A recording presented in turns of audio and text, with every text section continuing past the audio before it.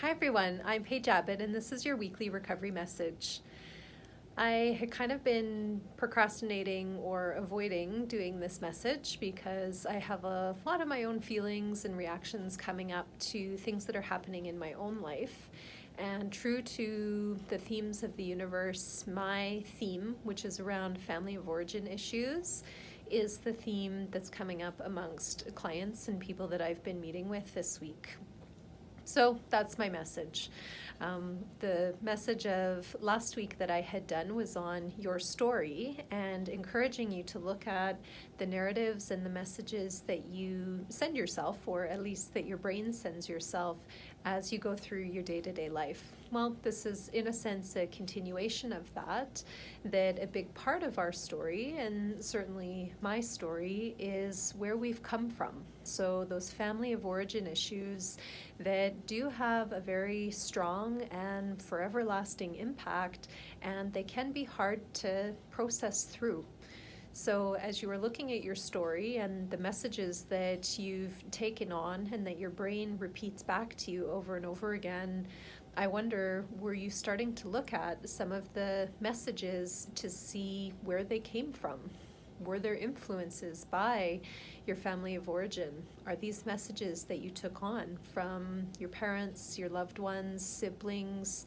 And if so, how does that feel to recognize that you've taken on messages that may not be entirely yours?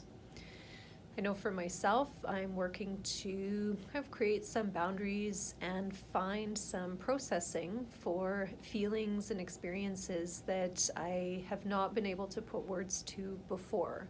So it's bringing up a lot of pain, there's a lot of guilt, there's a lot of shame, a lot of sadness, and as well a lot of fear. So changing those patterns, both externally as well as internally, is a scary process. And so for myself, I'm turning to a lot of trust, a lot of faith, and a lot of connection, both with myself, with other people in my support network, and with the universe, which is my version of spirituality, to sort of coach me through and encourage me through finding my voice and speaking my truth.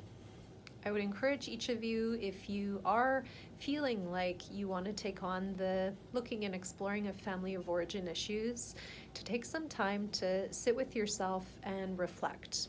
Journaling and writing can be a really helpful starting point to start putting out, again, those narratives, those messages, as well as starting to account for memories and experiences that you may be carrying feelings about.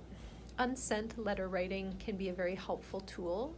So writing specifically to the people in your life and your past that you have felt impacted by. So writing dear mom letters, dear dad letters, dear sibling letters, dear whoever letters, and just having that truly uncensored opportunity to express your feelings, your thoughts, your perspective.